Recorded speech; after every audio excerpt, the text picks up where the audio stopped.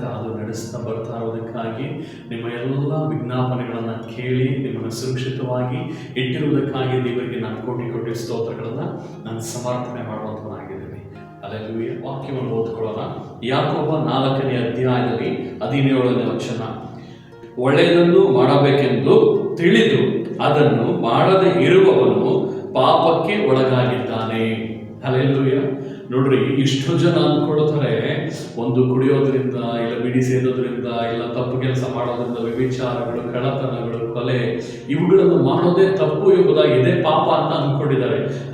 ಆದರೆ ಬೈಬಲ್ ವಾಕ್ಯ ಹೇಳ್ತಾ ಇದೆ, ಸತ್ಯವೇದ ಹೇಳ್ತಾ ಇದೆ, ನೀನು ಒಳ್ಳೆಯದನ್ನ ಮಾಡಬೇಕೆ ಅಂದುಕೊಂಡು ನೀನು ಮಾಡಲಿಲ್ಲ ಅಂತಂದ್ರೆ ಅದೇ ಪಾಪ ಎಂಬುದಾಗಿ ಹೇಳ್ತದೆ, ಪಾಪಕ್ಕೆ ಒಳಗಾದವನು ಎಂಬುದಾಗಿ.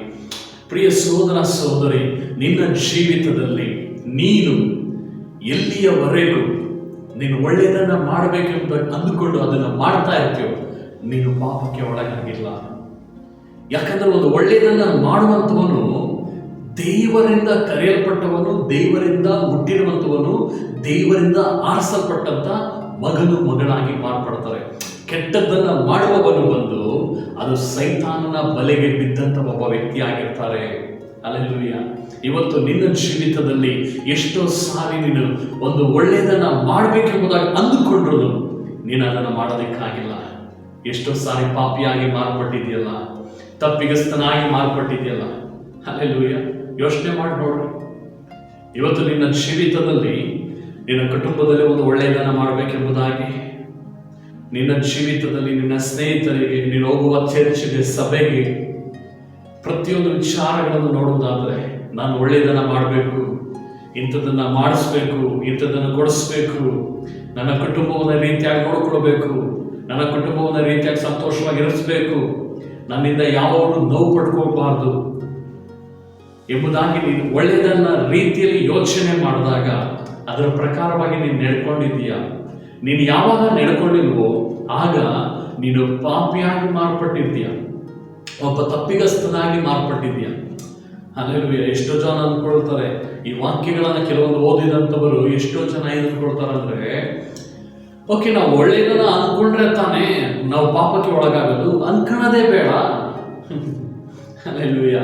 ಯೇಸು ಕ್ರಿಸ್ತನು ನಿಮಗೋಸ್ಕರ ಕಲ್ವಾರಿ ಶಿಲುಬೆಯಲ್ಲಿ ಬಲಿ ಆಗದೇ ಬೇಡ ಅಂದ್ಕೊಂಡಿದ್ದಿದ್ರೆ ಇವತ್ತು ನಾವು ನೀವು ಯಾರು ಇರ್ತಾ ಇಲ್ವರ ಪ್ರಿಯ ಸಹೋದರ ಸಹೋದರಿ ಅಲ್ವರ? ಯೋಚನೆ ಮಾಡಿ ನೋಡ್ರಿ, ನಿನ್ನ ಜೀವಿತದಲ್ಲಿ ಒಳ್ಳೆಯದನ್ನ ಇವತ್ತು ನಾನು ಪ್ರಾರ್ಥನೆ ಮಾಡ್ಬೇಕೆಂಬುದಾಗಿ ಅಂದುಕೊಂಡಿದ್ಯಾ, ಆದ್ರೆ ಪ್ರಾರ್ಥನೆ ಮಾಡೋದಕ್ಕಾಯ್ತಾ?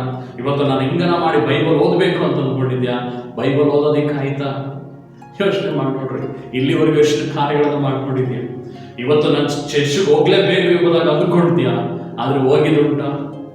ಆ ದಿನನೇ ನಾವು ಮಿಸ್ ಮಾಡ್ಬಿಡ್ತೀವಿ. ಪ್ರಿಯ ಸಹೋದರ ಸಹೋದರಿ, ನಿನ್ನ ಜೀವಿತದಲ್ಲಿ ಸೈತಾನನಿಗೆ ಅವಕಾಶವನ್ನು ನೀನು ಎಂದಿಗೂ ಕೊಡಕೂಡದು. ಇವತ್ತು ಸೈತಾನ್ ಕಾಯ್ತಾ ಇರ್ತಾನೆ, ಸುತ್ತಲೂ ನಿನ್ನೇ ನೋಡ್ತಾ ಇರ್ತಾನೆ. ನೀನು ಮಾತು ಕೊಟ್ಟಿರ್ತೀಯಲ್ಲ, ನೀನು ಒಳ್ಳೆಯವರಾಗೇ ನಡ್ಕೊಳ್ಬೇಕಾದಾಗ, ಪಾಪ ಇಲ್ಲದವರಾಗಿ ನಡ್ಕೊಳ್ಬೇಕಾದಾಗ ನಿನ್ನನ್ನು ಸೈತಾನ ನುಡುಕ್ತಾ ಇರ್ತಾನೆ, ಯಾವುದನ್ನ ತಪ್ಪಲ್ಲಿ ಸಿಗಕ್ಕಂತಾಳ ಎಂಬುದಾಗಿ. ನೀನು ಒಂದು ತಪ್ಪಲ್ಲಿ ಸಿಕ್ಕಿದ ತಕ್ಷಣನೇ ನಿನ್ನ ಹಾಗೆ ಹಿಡಿದು ನಿನ್ನ ಜೀವಿತದಲ್ಲಿರುವಂಥ ಆಶೀರ್ವಾದದ ಮೇಲೆ, ನಿನ್ನ ಲೈಫಲ್ಲಿರುವಂಥ ಸಂತೋಷ ಸಮಾಧಾನದ ಮೇಲೆ, ನೆಮ್ಮದಿಯ ಮೇಲೆ ಆತನನ್ನ ಬಾಳಿಕೆ ಮಾಡ್ತಾನೆ. ನೀನೊಂದು ಸ್ವಲ್ಪ ಜಾಗ ಕೊಟ್ರೆ ಆತ ನಿನ್ನ ಜೀವಿತವನ್ನೇ ನಾಶ ಮಾಡಲಿಕ್ಕಿದ್ದಾನೆ. ಆದರೆ ನೀನು ಅದಕ್ಕೆ ಅವಕಾಶ ಕೊಡದಂತೆ ನೀನು ಯಾವಾಗಲೂ ದೇವರ ದೃಷ್ಟಿಯಲ್ಲಿ ಒಳ್ಳೆಯದನ್ನೇ ಮಾಡ್ತಾ ಇರಬೇಕಾದಾಗ ಸೈತಾನು ನಿನ್ನ ಲೈಫಲ್ಲಿ ಬರಲಿಕ್ಕೆ ಸಾಧ್ಯವೇ ಇಲ್ಲ. ಹಲ್ಲೆಲೂಯಾ. ನಿನ್ನನ್ನು ನೀನು ಇವತ್ತು ಬದಲಾಯಿಸಿಕೊಳ್ಳುವುದಾದರೆ, ನಿನ್ನನ್ನು ನೀನು ರೂಪಿಸಿಕೊಳ್ಳುವುದಾದರೆ ನಿನ್ನ ಜೀವಿತವನ್ನು ದೇವರು ಬದಲಾಯಿಸುವಂತವರಾಗಿದ್ದಾರೆ. ನೀನು ಒಂದು ಆಶೀರ್ವಾದದ ಹೆಜ್ಜೆಯಲ್ಲಿ ನಡೆಯುವಂಥ ದೇವರು ನಿನ್ನನ್ನು ಮಾಡಲಿಕ್ಕಿದ್ದಾರೆ.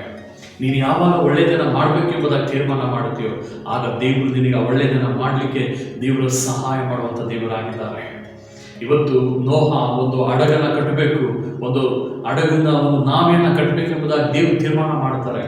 ಅವನು ತನಗೆ ಹೇಳ್ತಾರೆ, ಅದನ್ನು ಹೇಳಿದಾಗ ಓಕೆ ನಾನು ಕಟ್ಟಬೇಕೆಂಬುದಾಗಿ ಆತನು ಒಂದು ಒಳ್ಳೆ ಯೋಚನೆಗಳನ್ನ ಇದು ಮಾಡ್ತಾನೆ. ದೇವರ ಆಲೋಚನೆಗೆ, ದೇವರ ಒಂದು ಒಳ್ಳೆ ಯೋಚನೆಗೆ ಆತನು ಒಳಗಾಗ್ತಾನೆ.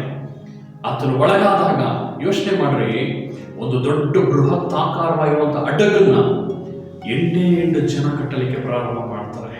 ಅದಕ್ಕೆ ಎಲ್ಲಿಂದ ಬಂತು ಬಲ, ಎಲ್ಲಿಂದ ಬಂತು ಅದು ಜ್ಞಾನ, ಇದುವರೆಗೂ ಅವ್ರು ಮಳೆನೇ ನೋಡಿದ್ದಿಲ್ಲ, ಇದುವರೆಗೂ ಅಡಕೆ ನೋಡಿದ್ದಿಲ್ಲ. ಅದು ಎಲ್ಲಿಂದ ಬಂತು? ನೀನು ಒಳ್ಳೆಯದನ್ನ ಮಾಡಬೇಕೆಂಬುದಾಗಿ ಅಂದುಕೊಂಡಾಗ ದೇವರ ಒಳ್ಳೆಯದನ್ನ ಮಾಡಲಿಕ್ಕೆ ನಿನಗೆ ಬಲ, ಶಕ್ತಿ, ಜ್ಞಾನ ಎಲ್ಲವನ್ನ ದೇವರು ಕೊಡಲಿಕ್ಕಿದ್ದಾನೆ. ಇವತ್ತು ನೀನು ಬೈಬಲ್ ಓದಬೇಕೆಂಬುದಾಗಿ ತೀರ್ಮಾನ ಮಾಡುವಾಗ ನನಗೆ ಬೈಬಲೇ ಬರಲ್ವಲ್ಲ ಎಂಬುದಾಗಿ ಅಂದುಕೊಳ್ಳೋಕೆ ಹೋಗ್ಬೇಡ. ಇವತ್ತು ನಿನಗೆ ಬೈಬಲ್ ಓದಕ್ಕೆ ಬರಲಿಲ್ಲ ಅಂದ್ರೂ ನೀನು ಒಳ್ಳೆಯದನ್ನ ತೀರ್ಮಾನ ಮಾಡಿದೆಯಲ್ಲ, ದೇವರು ಅದಕ್ಕಾಗಿ ಸಹಾಯ ಮಾಡ್ತಾನೆ. ನೀನು ಇವತ್ತು ಪ್ರಾರ್ಥನೆ ಮಾಡಬೇಕು, ದೇಶಕ್ಕಾಗಿ ಪ್ರಾರ್ಥನೆ ಮಾಡಬೇಕು, ನಶಿಸಿ ಹೋಗುವವರಿಗಾಗಿ ಪ್ರಾರ್ಥನೆ ಮಾಡಬೇಕು, ನನ್ನ ಕುಟುಂಬಕ್ಕಾಗಿ ನಾನು ಪ್ರಾರ್ಥನೆ ಮಾಡಬೇಕು ಎಂಬುದಾಗಿ ನೀನು ಒಳ್ಳೆಯದನ್ನು ತೀರ್ಮಾನ ಮಾಡಿದಾಗ ಅದನ್ನು ಮಾಡಲಿಕ್ಕೆ ದೇವರು ಬಲವನ್ನು ಕೊಡಲಿಕ್ಕಿದ್ದಾನೆ. ನೀನು ಒಳ್ಳೆಯದನ್ನು ಮಾಡಬೇಕೆಂಬುದಾಗಿ ಅಂದುಕೊಂಡು ನೀನು ಅದನ್ನು ಮಾಡಲಿಲ್ಲ ಅಂದರೆ ನೀನು ತಪ್ಪಿಗಸ್ತನಾಗಿ ಮಾರ್ಪಡ್ತೀಯ. ಇಂದು ನೀವು ಒಪ್ಪಿಸಿಕೊಡ್ತೀರಾ? ಎಷ್ಟೋ ಸಾರಿ ಆ ತಪ್ಪುಗಳನ್ನು ನಾವು ಮಾಡಿದುಂಟಲ್ವ? ಇವತ್ತು ನಾವು ಒಪ್ಪಿಸಿಕೊಡೋಣ. ಹೌದಪ್ಪ, ನಾನಿವತ್ತು ನಾನು ಒಪ್ಪಿಸಿಕೊಡ್ತೀನಿ. ಇನ್ನು ಮುಂದೆ ನಾನು ರೀತಿಯಾಗಿ ನಡೆಯೋದಿಲ್ಲ ಅಪ್ಪ, ನಾನು ಒಳ್ಳೆಯದನ್ನೇ ನಾನು ಮಾಡಬೇಕು ಅಂದಾಗ ಅಂದುಕೊಂಡಾಗ ನಾನು ಒಳ್ಳೆಯದನ್ನೇ ಮಾಡ್ತೀನಿ. ನಮ್ಮ ಹೃದಯದ ಮೇಲೆ ಕೈ ಇಡೋಣ. ಏಸಪ್ಪ, ನಾವಿಂದು ಒಪ್ಪಿಸಿಕೊಡ್ತಾ ಇದ್ದೀವಿ. ನಾವು ಒಳ್ಳೆಯದನ್ನು ಮಾಡಬೇಕೆಂಬುದಾಗಿ ತೀರ್ಮಾನ ಮಾಡಿಕೊಂಡು ಅದು ಒಳ್ಳೆಯದನ್ನು ನಾವು ಮಾಡೇ ಮಾಡ್ತೀವಿ. ಇನ್ನು ಮುಂದೆ ರಾಜ, ನಾವು ನಮ್ಮ ಜೀವಿತದಲ್ಲಿ ನಿನ್ನ ಹಸ್ತವು ನಮಗೆ ಯಾವಾಗಲೂ ಸಹಾಯವಾಗಿರಲಿ ಅಪ್ಪ. ನಾವು ಒಳ್ಳೆಯದನ್ನು ಮಾಡುವಾಗ, ಒಳ್ಳೆಯದನ್ನು ಮಾಡಬೇಕೆಂಬುದು ಅಂದುಕೊಂಡಾಗ ನಿನ್ನ ಹಸ್ತವು ನಮಗೆ ಸಹಾಯವಾಗಿ ನಿಂತುಕೊಳ್ಳಲಿ ಅಪ್ಪ. ನಾವು ಅದನ್ನು ಮಾಡಿ ಮುಗಿಸ್ತೀವಿ ರಾಜ. ನೀ ಕೃಪೆ ಮಾಡು. ನಾವೆಂದು ಪಾಪಕ್ಕೆ ಒಳಗಾಗದಂತೆ ನಿನ್ನ ಹೃದಯವನ್ನು ಸಂತೋಷಪಡಿಸುವಂತವರಾಗಿ ಮಾರ್ಪಡಿಸು. ಯೇಸು ಕ್ರಿಸ್ತನ ನಾಮದಲ್ಲಿ ನಾವು ಪ್ರಾರ್ಥಿಸಿ ಬೇಡಿಕೊಳ್ತಿದ್ದಂತೆ. ಆಮೆನ್.